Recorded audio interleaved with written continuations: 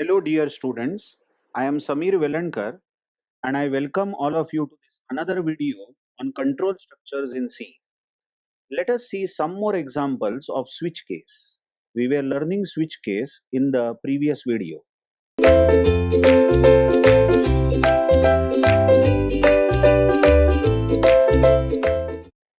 Now, the question asked here is convert the following if else into switch case. The if else given over here is if P is 10, some variable P is having value 10, then execute statement A. But if P is not 10, then go to else and check the next if. The next if is asking is P equal to 12. If P is 12, then execute statement B. Otherwise, the last else execute statement C. So C will execute if P is anything other than 10 or 12. Simple. So that's the nested if given. And we are asked to write this nested if in the form of switch. So you will write switch bracket, and remember in the bracket you write the variable which you are comparing. Here the variable which you are comparing or the expression which you are comparing is P. So switch expression, the expression here is P. Switch always is followed by brace and the reserved word case. Remember case means equal to equal to. So you are comparing P with some value. Now which value you want to compare with? It is 10, isn't it? Now I have purposely taken this example to begin this video is that many students are under an impression that in the switch, the first case has to be case 1. Very silly, actually. Very few students will feel that. I don't know. But many students feel that in the switch, the very first case has to be case 1. No, no, no, no. It's not like that. You have to ask that P is compared with which value. Now, the value with which we want to compare P, look at the original if statement, is if P is equal to 10. So, hence, the first case will be case 10. What are we asking? We are asking if P is 10, then execute A. And don't forget break, which will pull the control out of switch. If case 10 is true, it will run A and pull the control out of switch. But what if P is not 10? So you will write, is it 12? That's what our original if is all about. Then run B and then break. And what if it is neither 10 nor 12? Then you have default. This default exactly coincides with the last else, isn't it? Then run C, and you know, anyway, default is the last statement, so no need of giving break. Anyway, control will come out of the switch, so you give close brace. Yes, I hope you got this, the conversion. Now let's try to convert again the following if else into switch. Now here the if given is if P is 10.5 then run A, but if P is 12.5 then run B, otherwise run C. So in the attempt of writing switch, we will write switch P, correct? And then case, remember case means double equal to case 10.5 because that's the value you want to compare. Then run A and then break. But listen, this is wrong because in switch statement, you can only compare integer values. Compare only int values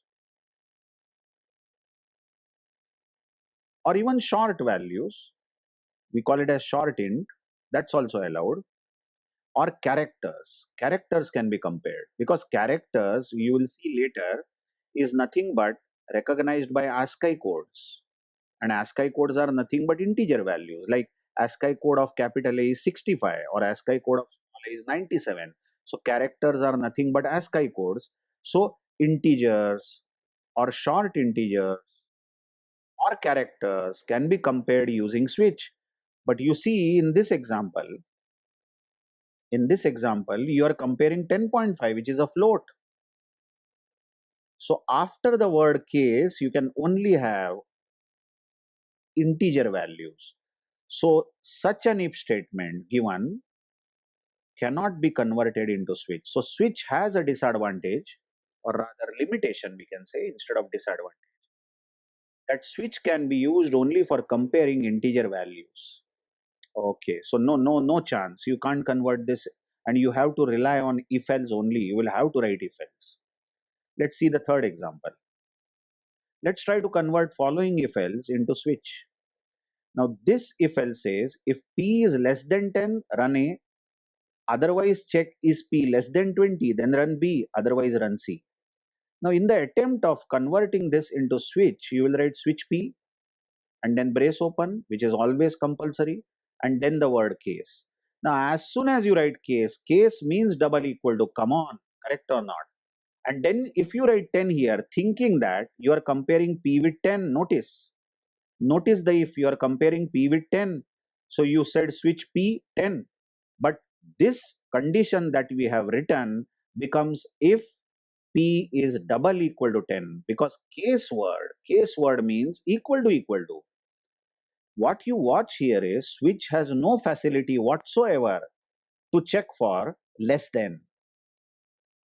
Come again, switch cannot check whether one value is less than other value. Less than, greater than, less than or equal to, greater than or equal to, not equal to.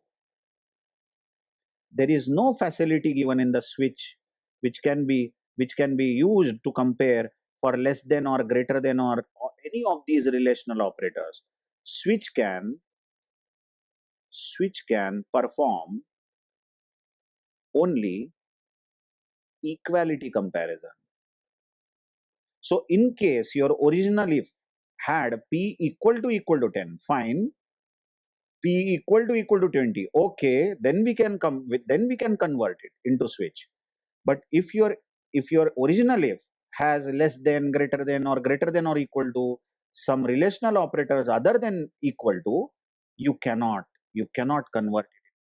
What are the disadvantages of switch? I hope you have got this.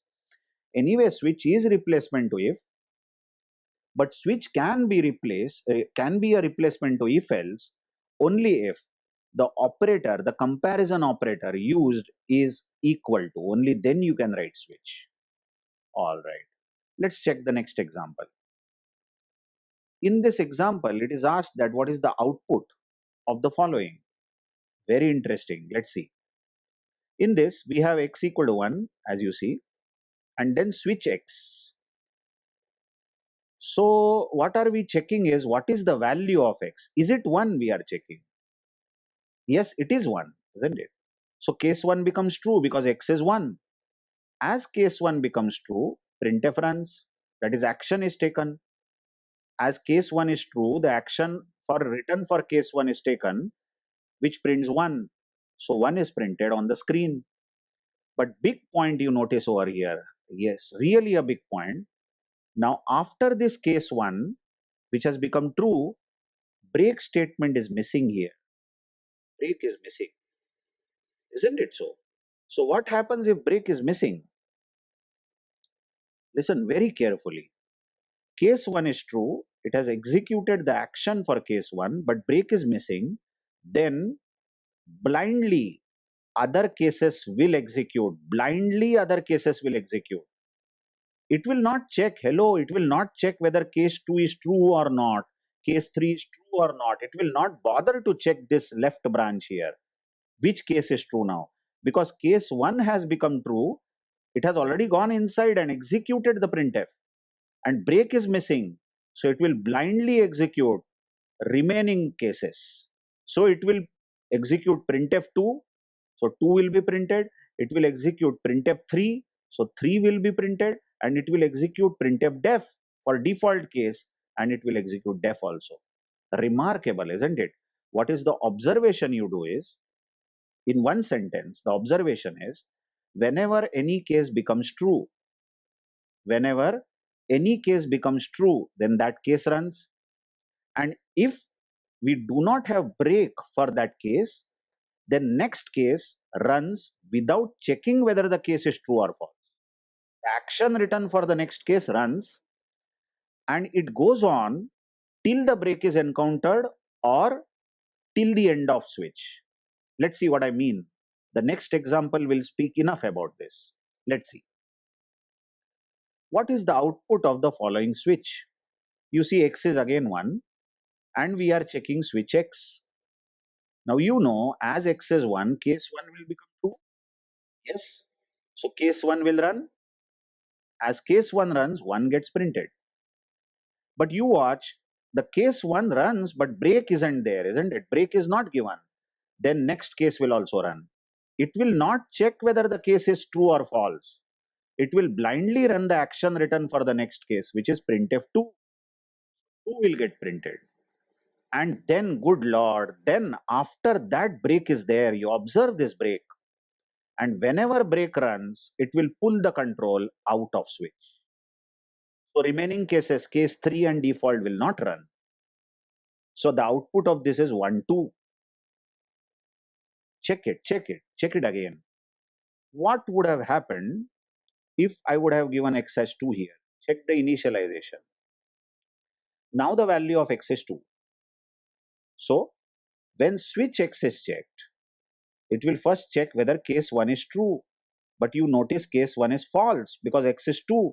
So no question of running printf1, isn't it? When will the action run? Only if the case is true. But case 1 written on top was false because x is 2.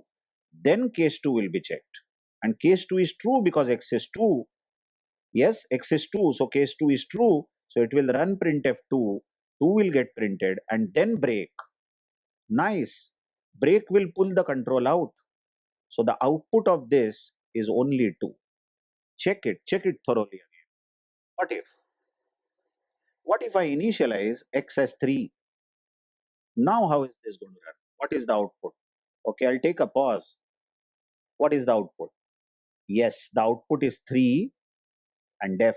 You are correct. Let's see how x is 3. So switch x will check whether x is 1, case 1. No, false. So no question of executing printf1.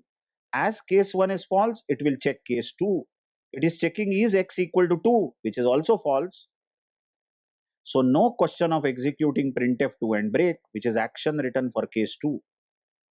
Then it will check whether x is 3, case 3 is checked, which is true. So it will run printf3, 3 is printed, but notice break is missing for this case. So what happens whenever any case becomes true? That case runs, and if break is missing, the next case runs blindly. Next case is default case. It will run blindly and def will be printed. And anyway, after printf def, after def getting printed, the switch ends. So that's how you can see how switch works and what is significance of break. You have noticed what happens when you give break, what happens when you don't give break, isn't it? And many times the question about this switch like this, some confusing questions with break and without break have been asked in the GATE exam, which we will see in one of our later videos. Thank you very much.